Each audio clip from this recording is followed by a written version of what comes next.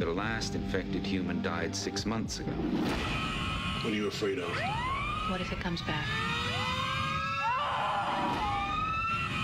Have you come into contact with the infected?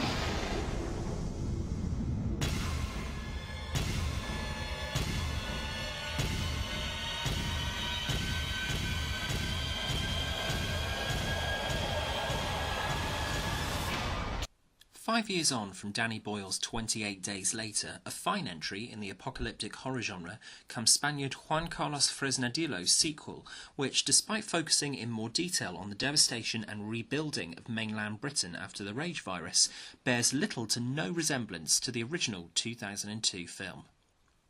28 Weeks Later begins with promise and a star lead in Robert Carlyle as the coward Don. Shacking up in a cottage with some other survivors, he and his wife Alice discuss their predicament and how fortunate they are that they sent their children off on a school trip out of the country at just the right time, thereby allowing them freedom from the devastation of the virus on Britain. Their admittance into the cottage of a young boy screaming at the front door that he is being chased by the infected spells immediate danger, and after a couple of minutes of respite, the cottage is taken over. It's a strong and fairly intimate way to start the film, once again focusing on a minimal number of characters, and the way that Don abandons his wife in the cottage and makes for his own safety downstream is essential to understanding this character.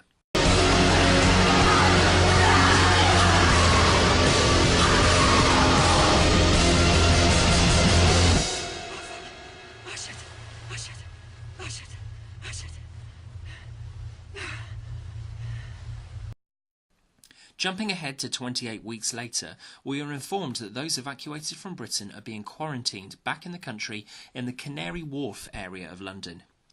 Don is a security guard in the quarantined area and goes to collect his children, played with conviction by Imogen Poots and Mackintosh Muggleton. Don's children, Tammy and Andy, having already been told by their father that their mother is dead, return to their old house to collect their things. The discovery of their mother still alive in the house provides the catalyst for the remainder of the film. The youngest child, Andy, happens to have inherited genes from his mother that grant them both immunity from the virus. Convenient. The mother, taken to the facility for tests, is left unsupervised, with scientists blatantly revealing that the mother is still a carrier of the virus. What follows in Don's reunion with Alice is probably one of the most visceral, gratuitously violent scenes in the genre in recent memory.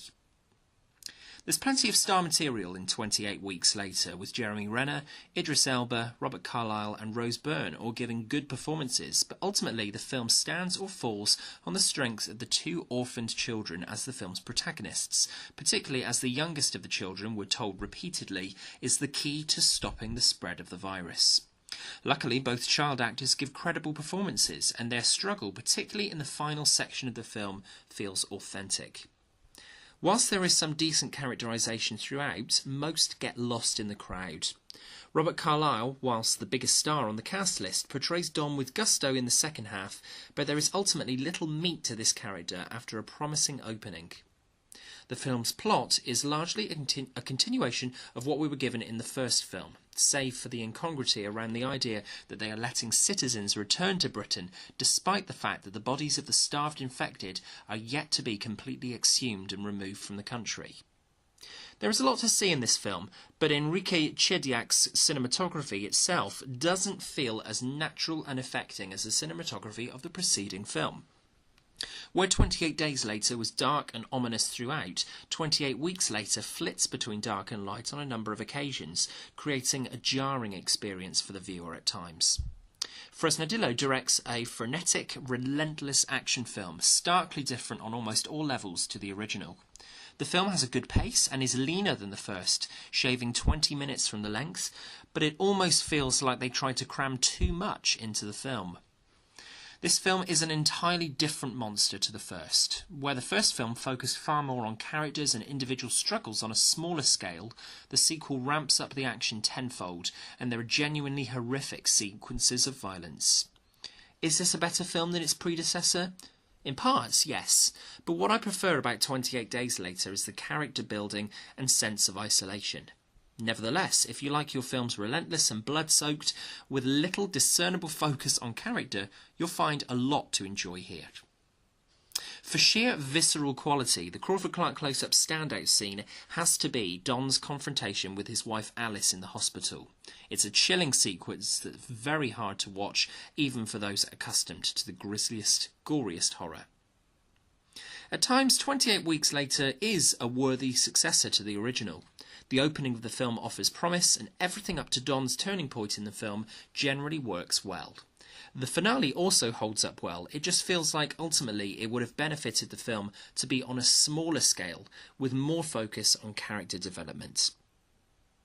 Just as we gave its predecessor 28 Weeks Later gets...